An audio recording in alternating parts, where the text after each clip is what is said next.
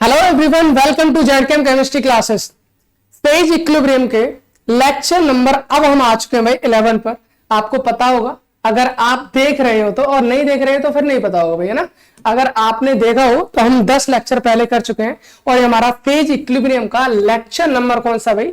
Lecture number 11 है। हम इसमें क्या करने वाले भाई? वही जो अभी तक कर रहे हैं पिछले 2-3 लेक्चर से, फेज डायग्राम बनाने की कोशिश कर रहे हैं। किसका? टू कंपोनेंट सिस्टम का, जिसमें से हमने बहुत सारे बनाए भी। सर किसका बनाया? क्योंकि हम पहले ही बता चुके हैं, जब हम टू कंपोनेंट सिस्टम की बात करते हैं तो टू कंपोनेंट सिस्टम हमारे दो टाइप के थे, टाइप ए और टाइप बी। टाइप ए क्या थे? जब भाई दो चीजों को मिला रहा हूं वो आपस में रिएक्शन नहीं कर रहे हैं, टाइप ए टाइप के हो गए। ऐसे दो कंपोनेंट जो आपस में मिलाने के बाद रिएक्शन कर रहे हैं, कुछ ना कुछ कंपाउंड आपका फॉर्म कर रहे हैं, वो आपके टाइप बी के हो गए। भाई अब तक हमने जितना भी किया वो क्या किया भाई? फेज क्या होता है, कंपोनेंट क्या होता है, डिग्री ऑफ फ्रीडम क्या होता है, सारा कुछ कर लिया। उसके बाद वन कंपोनेंट सिस्टम क्या होता है वो सारे कर लिए, उसके एग्जाम्पल कर लिए, चाहे वाटर सिस्टम हो, कार्बन डाइऑक्साइड सिस्टम हो, चाहे आपका सल्फर सिस्टम हो, बहुत अच्छी तरह से किए हमने वो ना। इसके बाद हमने जब टू कंपोनेंट सिस्टम स्टार्ट किया था तो वहां पर सबसे पहले हमने जाना कि टाइप ए के क्या होता है। टाइप ए के हमने कर लिए और उनके एग्जांपल्स भी हमने जान लिए।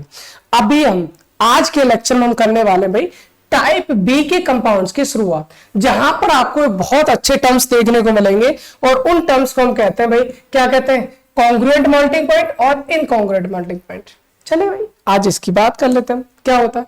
सबसे पहले हम बात करेंगे कॉन्ग्रुएंट मेल्टिंग पॉइंट क्या होता है। भाई इतनी बड़ी सी मैंने एक थ्योरी सी यहाँ पर लिख रखी है, इसकी डेफिनेशन एक्चुअल में अभी क्या है, हम अभी इसकी डेफिनेशन की बात नहीं करते। सबसे पहले हम क्या करेंगे, कॉन्ग्रुएंट मेल्टिंग पॉइंट होता क्या है इसको समझेंगे, है ना। उसके बाद में फिर इसकी डेफिनेशन को पढ़ेंगे ताकि हमें बहुत अच्छे से आसानी से ये समझ में आ जाए। चलिए भाई टाइप बी के कंपाउंड की बात कर रहे हैं। कौन सा कंपाउंड कर रहे हैं भाई? हम पढ़ तो अभी वही रहे ना, टू कंपोनेंट सिस्टम है। क्या पढ़ रहे हैं? Two component system. Two component system हम पढ़ रहे हैं भाई, और टू कंपोनेंट सिस्टम में हमने ये कहा है इस बार हमें दो कंपोनेंट मिलाने, और इसको ध्यान से सुन लेना भाई। ध्यान से क्या सुनने वाली चीज है? जैसे मान लीजिए मेरे पास में एक ये कंटेनर है, ठीक है। मैंने यहां पर एक कंपोनेंट ले लिया है ए, दूसरा मैंने कंपोनेंट ले लिया है बी। अभी मान लीजिए मैं यहां पर लिख देता हूं टाइप ए। टाइप ए में जो हमने देखा था वो क्या देखा था, और इधर हम जो टाइप बी के कंपाउंड्स की बात करने वाले हैं, टाइप बी में जो हम देखने वाले वो क्या देखने वाले। टाइप बी के कंपाउंड में हमने ये कहा था जो भी आप कंपोनेंट आप मिला रहे हो, जो भी आप कंपोनेंट मिला रहे हो वो आपस में रिएक्शन नहीं करते, वो आपस में रिएक्शन नहीं करते। तो भाई मैं ये बोल सकता हूं टाइप ए के कंपाउंड को जब आप देखोगे, जब आपने यहाँ पर सॉल्यूशन ए को मिला दिया, बी को मिला दिया, तो ये इसमें कंप्लीटली मिक्स हो जाएंगे। आप इसमें किसको देखोगे? आपको इसमें ए मिलेगा और आपको इसमें बी मिलेगा, इसके अलावा कुछ भी नहीं मिलेगा भाई। आपको ए मिलेगा, आपको बी मिलेगा, दो ही चीजें मिलेंगी। लेकिन टाइप बी के कंपाउंड, टाइप बी के जो टू कंपोनेंट सिस्टम है उसमें हमने ये कहा था अगर आपने ए डाला है, अब अगर आपने बी डाला है तो वहां पर ए मिलेगा, ठीक है, बी मिलेगा, ठीक है, लेकिन ए और बी के अलावा भी कुछ इसमें कंपाउंड्स मिलेंगे।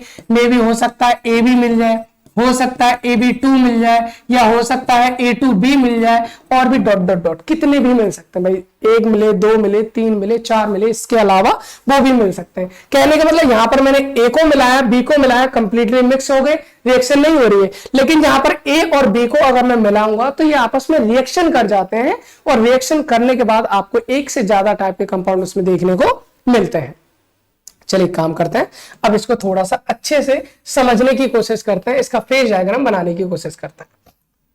अभी इतना समझ लीजिए, मेरे पास टू कंपोनेंट सिस्टम को मैं वही ले रहा हूं ए एंड बी। अभी हम जनरल ले रहे हैं, कोई स्पेशल एग्जांपल की बात नहीं कर रहे हैं।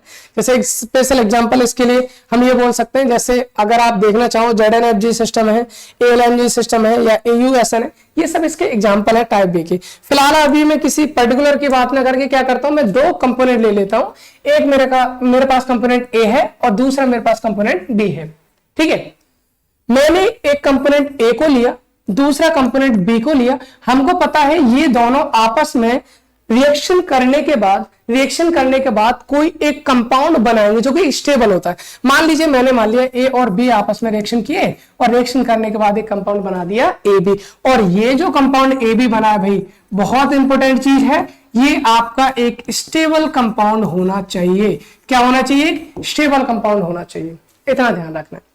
मैंने एक कंटेनर लिया, मैंने क्या किया, एक कंटेनर लिया, इसमें मिलाया मैंने ए, ठीक है सर, इसमें मिलाया मैंने बी, ठीक है सर, ये आपस में गए, इसमें घुल गए, कुछ टाइम बाद इसमें रिएक्शन स्टार्ट हुई, इसमें ए पहले से प्रेजेंट है, इसकी अगर हम बात करें इसमें हमारा ए पहले से प्रेजेंट है, ठीक है, बी भी हमने डाला है, ठीक है, ए और बी दोनों आपस में रिएक्शन करने के बाद क्या बना लिया, ए बी। सर वो भी उसी में मिलेगा, वो भी उसी में मिलेगा। आई होप इतनी बात समझ में आ रही होगी भाई। टाइप बी के कंपाउंड्स में हमने कहा कि मेरे पास एक कंपोनेंट आया, दूसरा कंपोनेंट आया, दोनों आपस में मिलाए तो आपस में रिएक्शन करने के बाद एक स्टेबल कंपाउंड उसमें फॉर्म हो जाता है, एक स्टेबल कंपाउंड इसमें फॉर्म हो जाता है। सर फिर इसका अगर हम फेज डायग्राम बनाएं तो फेज डायग्राम हम कैसे बना सकते हैं, और फेज डायग्राम से ही हम कॉन्ग्रुएंट मेल्टिंग पॉइंट को भी समझेंगे। चलिए फिर एक काम करते हैं, फेज डायग्राम बनाना स्टार्ट करते हैं।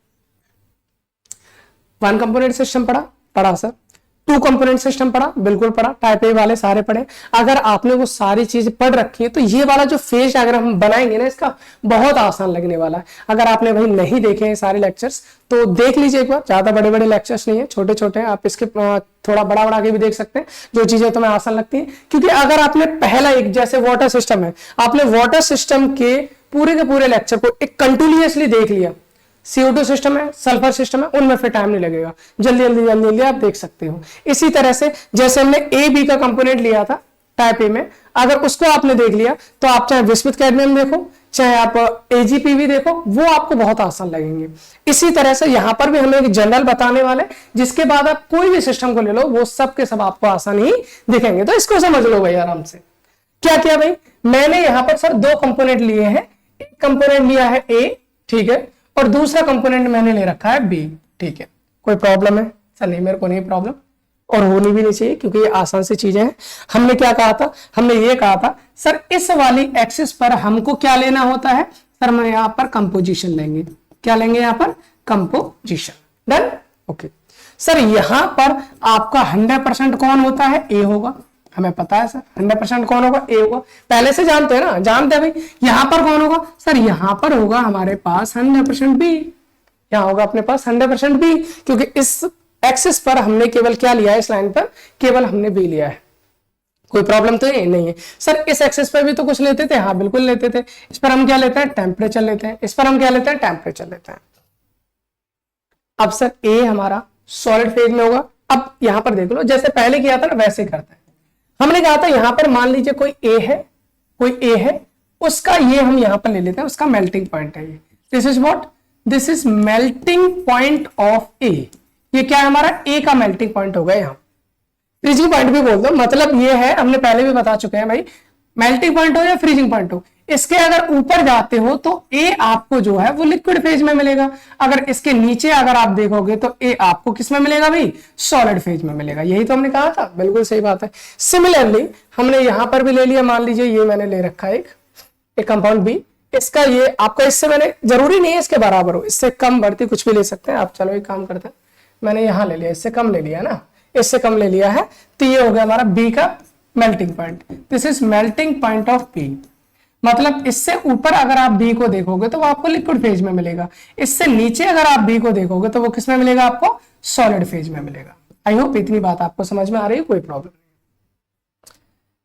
आपको मैंने एक यूटैक्टिक मिक्सचर के बारे में कुछ टर्म बताए थे कि यूटैक्टिक मिक्सचर नाम की कोई चीज होती है। क्या बताया था सर? हमने ये कहा था जब दो कंपोनेंट आपस में मिले होते हैं, जैसे ए है और हमारे पास बी है, ये दोनों अगर आपस में रिएक्शन नहीं करते हैं तो जैसे जैसे ए में बी मिलेगा वैसे वैसे इसका जो, हम बोल सकते हैं, इसका जो फ्रीजिंग पॉइंट होगा या मेल्टिंग पॉइंट होगा वो कम होता जाएगा। इधर से बी का हमारा कम होता जाएगा। जिस जगह आकर मिलता है, जिस जगह आकर मिलता है उसको हम बोलते हैं यूटैक्टिक पॉइंट। उसको हम क्या कहते हैं? यूटैक्टिक पॉइंट। लेकिन सर यहां पर एक प्रॉब्लम है, यहां पर एक प्रॉब्लम है। प्रॉब्लम क्या है? ए और बी केवल यही नहीं है, इन्होंने आपस में रिएक्शन करने के बाद एक कंपाउंड और बना लिया है, उसको हम बोलते हैं क्या? A B. Sir A B भी तो होगा, उसका भी तो कोई ना कोई मेल्टिंग पॉइंट होगा, बिल्कुल होगा सर, उसका भी कोई ना कोई मेल्टिंग पॉइंट होगा। तो उसका जो मेल्टिंग पॉइंट है वो कितना है उसको जान लीजिए भाई। उसका अगर मेल्टिंग पॉइंट हुआ तो देखिए हम एक काम करते हैं, मैं आपको पहले डायग्राम बना देता हूं, उसके बाद हम समझने की कोशिश करते हैं। इधर ए है, इधर बी है, दोनों आपस में रिएक्शन करेंगे। रिएक्शन करने के बाद क्या बनाएंगे? आपका क्या बनाएंगे, आपका एक कंपाउंड बना लेंगे ए बी, जिसका मैंने कंपोजिशन यहां पर फिक्स कर दिया है, इसका मैंने कंपोजिशन यहां पर फिक्स कर दिया है, मान लीजिए यहां फिक्स कर दिया, ठीक है ना। उसका कोई ना कोई, उसका भी तो कोई ना कोई क्या होगा भाई, हम बोलेंगे सर उसका भी तो कोई ना कोई मेल्टिंग पॉइंट या फ्रीजिंग पॉइंट होगा, उसका भी तो कोई ना कोई मेल्टिंग पॉइंट या फिर फ्रीजिंग पॉइंट होगा। बिल्कुल, मैंने मान लिया इन दोनों में से यहां पर इसका हो गया मेल्टिंग पॉइंट, किसका, ये कंपाउंड हमारा हो गया भाई ए बी, तो यहां पर हम लिख देंगे ए बी, ये ए है ये बी है, दोनों रिएक्शन करने के बाद हमारा ए बी बनाया, और इसका जो ए बी का मेल्टिंग पॉइंट होता है वो ए और बी से हमारा ज्यादा होगा, क्योंकि ये स्टेबल कंपाउंड फॉर्म हो रहा है, इतना आपको ध्यान रखना है, ठीक है सर। अब इसमें होता क्या है, अब इसमें हमारे पास ऐसे समझ लो जैसे हम पहले ए और बी का हम बना रहे थे, यूटेक्टिक मिक्सचर आ रहा था, वैसे वहां पर ए बी की जगह अब कितने कंपोनेंट हो गए हमारे पास, 3 कंपोनेंट हो गए सर। यहां पर हमारे पास ए है, यहां पर हमारे पास बी है, इसका मेल्टिंग पॉइंट ये रहा, तो बी का मेल्टिंग पॉइंट कहां होगा भाई, ए बी का यहां हो जाएगा। अब इसके बाद अब ये मान के चलेंगे यहां से जैसे जैसे इधर जाएंगे वैसे वैसे ये इधर आना है, मतलब ये हो जाएगा कि जैसे जैसे इसका मेल्टिंग पॉइंट या फ्रीजिंग पॉइंट कम हो रहा है वैसे वैसे इधर से ए बी का मेल्टिंग पॉइंट या फ्रीजिंग पॉइंट हमारा कम होगा, और यहां पर आकर रुक जाना है, जैसे यूटेक्टिक मिक्सचर में बन रहा था। सेम कहानी यहां पर होनी है, यहां पर क्या होनी, सेम कहानी, जैसे जैसे हमारा ये डिक्रीज होता जा रहा है वैसे हमारा ये भी डिक्रीज होता जाएगा, और ये हम बोल देंगे, एक मिनट, ये हमारा डिक्रीज होता जा रहा है वैसे वैसे हमारा इधर से भी क्या होगा, ये डिक्रीज होगा, और ये हम बोल देंगे यहां पर इसका यूटेक्टिक मिक्सचर टाइप आ गया, ठीक है। अब इसमें क्या है भाई, अब इसमें बहुत इंपॉर्टेंट चीज जो मैं आपको बताने वाला हूं, ध्यान से समझ लेना, क्योंकि ये जो डायग्राम है फिर थोड़ा थोड़ा क्या होता है, कॉम्प्लिकेटेड होता चला जाता है। यहां की बात कर लेते हैं भाई, यहां पर ये हो गया हमारे पास। अब इसमें बहुत सारी फेज बनेंगी हमारे पास, बहुत सारी फेज। आपको ऐसा लग रहा होगा जैसे कि हम अभी तक जो 2 कंपोनेंट सिस्टम पढ़ रहे थे वो 2 कंपोनेंट सिस्टम सब अलग अलग जो बना रहे थे, अब आपने 2 एक साथ बना दी, वही हमने किया है, एक्चुअल में वही हमने किया है। हमारे पास ए था बी था, दोनों ने रिएक्शन की और रिएक्शन करने के बाद बना लिया ए बी, तो वो भी तो एक सॉलिड हो गया ना, वो भी एक सॉलिड हो गया। अब इसमें कौन कौन सी चीज है, कहां प्रेजेंट है, बस ये आपको देखनी है, बस ये आपको देखनी है। तो चलिए फिर एक काम करते हैं, देखना स्टार्ट करते हैं, लेकिन उससे पहले एक काम करो, ये तो हमारा, इसको आप ए टर्म मानो, ये हमारा ए हो गया, ठीक है, ये हमारा ए बी हो गया, ये हमारा बी हो गया, ठीक है। इसको आप 0 मान लीजिए, मतलब सॉरी ओ मान लीजिए, और इसको आप मान लीजिए ओ डैश, इसको हम मान लीजिए ओ डैश। अब हम ये देखना चाह रहे हैं कि कौन सी चीज कहां होगी। मैंने क्या कहा सर, इस पॉइंट से अगर ऊपर जाओगे तो आपको जो ए है वो लिक्विड फेज में मिलेगा, बिल्कुल मिलेगा सर। इस पॉइंट से आपको जो ए है वो सॉरी बी है वो किस फेज में मिलेगा, लिक्विड फेज में। सर यहां से ऊपर तो ए बी भी लिक्विड फेज में मिलेगा ना। कहने का मतलब क्या है सर, कहने का मतलब मेरा ये हो गया, कहने का मतलब मेरा ये हो गया, इस पूरे A O A B O dash B, इस पूरे रीजन में आपको देखने को मिलेगा लिक्विड, जिसमें आपका ए बी होगा, बी भी होगा और ए बी भी होगा, आई होप इतनी बात आपको क्लियर रहनी चाहिए। अगर आप इस पूरे रीजन में बात करोगे, इस पूरे रीजन में भाई आपको ए मिलेगा, ठीक है, बी मिलेगा, ठीक है, ए बी भी तो मिलेगा, क्योंकि वो भी तो रिएक्शन, मैंने क्या बताया था भाई, मैंने बताया जब ये दोनों आपस में रिएक्शन करेंगे तो रिएक्शन करने के बाद आपको वहां ए बी मिलेगा, बी मिलेगा, ए बी भी मिलेगा। जब ये लिक्विड फेज में तो तीनों एक ही जगह मिलेंगे ना, तीनों एक ही जगह मिलेंगे, बिल्कुल सही बात है सर। यहां पर जैसे हम देखा तो तीनों ये एक ही होमोजेनस मिक्सचर फेज में मिलेंगे, ए बी और ए बी, ठीक है, ठीक है सर, इसमें कोई प्रॉब्लम नहीं है। अब इसके बाद जान लीजिए अब कौन सी चीज कहां पर है। ये तो इस एरिया की बात होगी, इस वाले एरिया की बात करो। यहां पर ये जो आपको दिखाई दे रहा है ना, काम करो,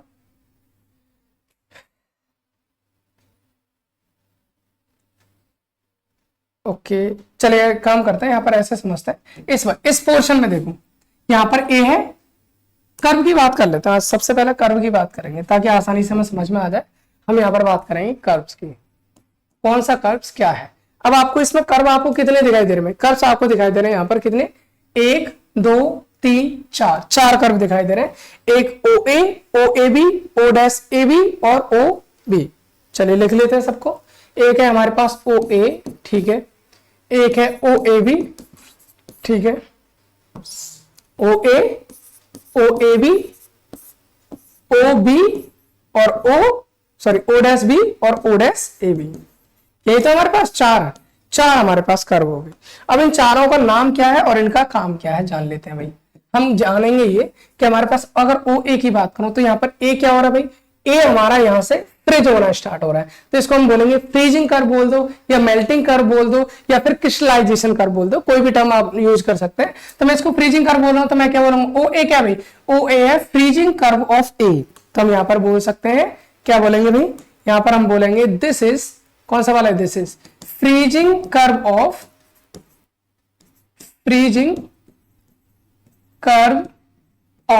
ए। भाई ए का फ्रीजिंग कर्व है, ठीक है सर। ओ ए बी क्या है, ओ ए बी देखना एक बार, ओ ए बी क्या है, this is freezing curve of A B.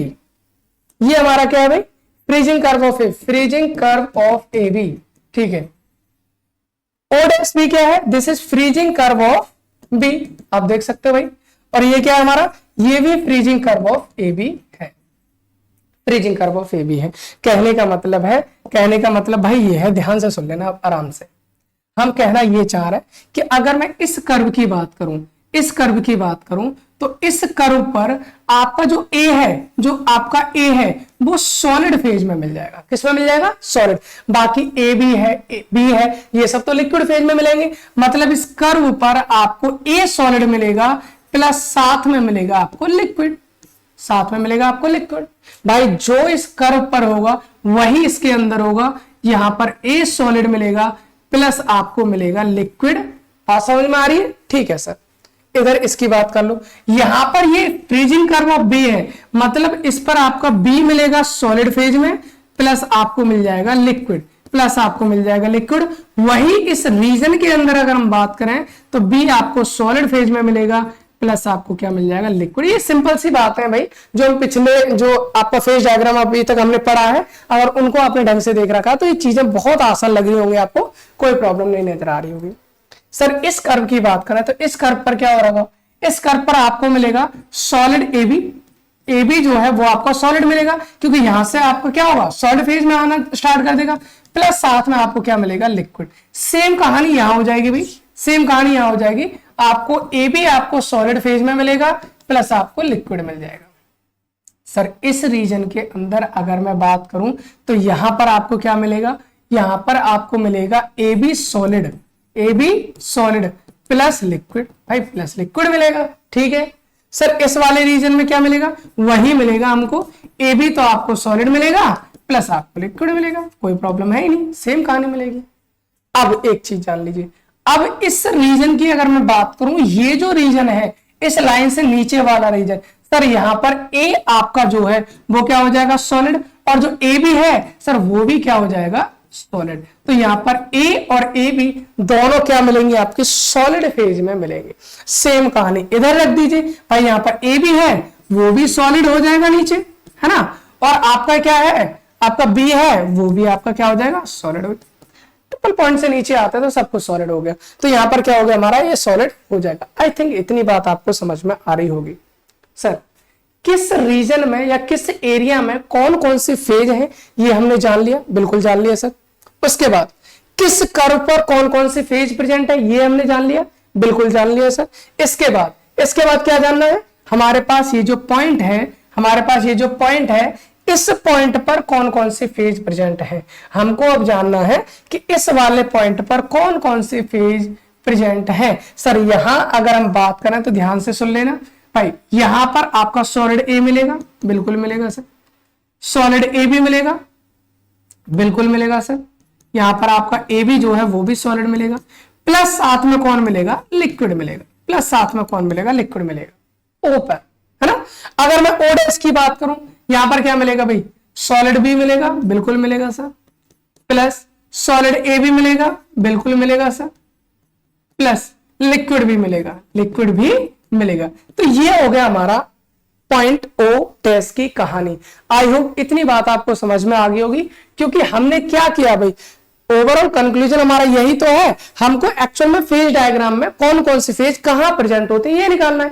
दूसरे नंबर पे क्या निकालते हो, डिग्री ऑफ फ्रीडम। भाई अब तक इतने सारे 10 लेक्चर हो चुके हैं, 11th हमारा चल रहा है, इतने लेक्चर्स में हम डिग्री ऑफ फ्रीडम निकालना तो सीख ही गए। नॉर्मली हम आराम से बता सकते हैं आपको डिग्री ऑफ फ्रीडम निकालना है तो हमने क्या बताया भाई, degree of freedom F is equal to 3 minus P कर दीजिए भाई, 3 माइनस पी कर दीजिए। यानी कि अगर आपको डिग्री ऑफ फ्रीडम निकालना, 3 में से फेज माइनस कर दो तो आराम से आपका डिग्री ऑफ फ्रीडम निकल आएगा। अगर आप चाहते हो कि भाई मैं निकाल के बताऊं आपको, तो निकाल के बता देता हूं, कोई प्रॉब्लम नहीं। यहां पर बात करो एक ही फेज है, ओवरऑल पूरी लिक्विड फेज है, एक ही फेज है। डिग्री ऑफ फ्रीडम सर इसका कितना हो जाएगा, डिग्री ऑफ फ्रीडम 3 में से 1 माइनस करेंगे 2 हो गया degree of freedom, easy. Sir इस कर्व की बात करना, यहां 2 फेज है, कर्व पर 2 फेज है तो 3 माइनस 2 1, डिग्री ऑफ फ्रीडम 1 हो जाएगा। इस कर्व पर भी 2 है, डिग्री ऑफ फ्रीडम 1 हो जाएगा। इस कर्व पर भी 2 है, डिग्री ऑफ फ्रीडम 1 हो जाएगा है? इस कर्व पर भी 2 है, डिग्री ऑफ फ्रीडम 1 हो जाएगा। कोई प्रॉब्लम है नहीं सर, सिंपल कहानी। यहां अंदर इस रीजन की बात करें, 2 फेज है, डिग्री ऑफ फ्रीडम 1 हो जाएगा। यहां पर भी 2 फेज है, डिग्री ऑफ फ्रीडम 1 हो जाएगा। यहां भी 2 फेज है, डिग्री ऑफ फ्रीडम 1 हो जाएगा। यहां भी 2 फेज है, डिग्री ऑफ फ्रीडम 1 हो जाएगा है? यहां पर भी डिग्री ऑफ फ्रीडम कितना हो जाएगा 1, क्योंकि 2 फेज है। इसके बाद यहां पर सॉलिड है, सॉलिड भी 2 अलग अलग फेज है, 2 फेज है, डिग्री ऑफ फ्रीडम 1 हो जाएगा। यहां पर भी 2 फेज है, डिग्री ऑफ फ्रीडम 1 हो जाएगा। 3 माइनस फेज का नहीं, 3 में से फेज को माइनस कर दो। यहां पर देखो इस पॉइंट पर कितनी फेज है, 1 2 3 सब 3 फेज है, 3 माइनस 3 0, डिग्री ऑफ फ्रीडम 0 हो जाए। इस पर बात करें कितना हो जाएगा भाई, 3 माइनस 3 0, डिग्री ऑफ फ्रीडम इसका भी 0 हो जाएगा। आई होप आपको इतनी बात आपको समझ में आ गई होगी। अब बात क्या आती है, अब बात ये आती है सर हम जिस चीज के लिए लेक्चर स्टार्ट कर रहे थे उसको समझाने की कोशिश करो। मतलब वो होता है हमारा कॉन्ग्रुएंट मेल्टिंग पॉइंट। समझ लो भाई, एक्चुअल में हमें सब कुछ पता चल गया है, अब हमको केवल समझना है क्या होता है भाई congruent melting point. Congruent melting point एक ऐसा मेल्टिंग पॉइंट होता है जो हमने कंपोनेंट मिलाए उनका मेल्टिंग पॉइंट नहीं है। ना तो ए का मेल्टिंग पॉइंट होगा ना ही बी का मेल्टिंग पॉइंट होगा। फिर सर वो मेल्टिंग पॉइंट किसका होता है, वो मेल्टिंग पॉइंट होता है जब आप दोनों चीजों को मिला रहे हो, तो मिलाने के बाद जो कंपाउंड आपका बन रहा है स्टेबल वाला कंपाउंड, उसके मेल्टिंग पॉइंट को आप कहोगे कॉन्ग्रुएंट मेल्टिंग पॉइंट। उसके मेल्टिंग पॉइंट को आप कहोगे कॉन्ग्रुएंट मेल्टिंग पॉइंट। अब मैं एक काम करता हूं, इसकी डेफिनेशन को समझने की कोशिश करते हैं। एक बार फिर से समझ लो भाई, आपने ए मिलाया, आपने बी मिलाया, मिलाने के बाद रिएक्शन की, बन गया ए बी। जो ए बी बना है उसका जो भी मेल्टिंग पॉइंट है वही आपका कॉन्ग्रुएंट मेल्टिंग पॉइंट होगा। हम ये कह सकते हैं सर कॉन्ग्रुएंट मेल्टिंग पॉइंट एक ऐसा मेल्टिंग पॉइंट होता है जिसमें उस कंपाउंड की लिक्विड फेज या सॉलिड फेज, कोई सी भी फेज ले लो, दोनों में कंपोजिशन बिल्कुल सेम रहती है, कंपोजिशन में कोई भी चेंज नहीं होता है। मतलब हम कहना ये चाह रहे हैं अगर इसकी डेफिनेशन से पढ़ा तो देखो ध्यान से, congruent melting point is the phenomenon that occurs when a compound melts into liquid with the same composition as the solid in a binary solution। भाई सुन लो दोबारा, मतलब हमने क्या कहा है, हमने ये कहा है जब किसी सॉलिड को लिक्विड में मेल्ट किया जाता है तो चाहे वो लिक्विड फेज हो चाहे वो सॉलिड फेज हो, उस केस में अगर दोनों का कंपोजिशन सेम आ रहा है, उस मेल्टिंग पॉइंट पर दोनों का कंपोजिशन सेम है, तो उसे कॉन्ग्रुएंट मेल्टिंग पॉइंट कहते हैं। उसे कॉन्ग्रुएंट मेल्टिंग पॉइंट कहते हैं इन ए बाइनरी सिस्टम। बाइनरी का मतलब है दो कंपाउंड मिलाने पर, एक कंपाउंड ए दूसरा कंपाउंड बी, दोनों को मिला दिया, बाइनरी सॉल्यूशन बन गया। अब बाइनरी मिक्सचर में या फिर बाइनरी सिस्टम में अब जब किसी लिक्विड को या किसी सॉलिड को मेल्ट कर रहे हो आप,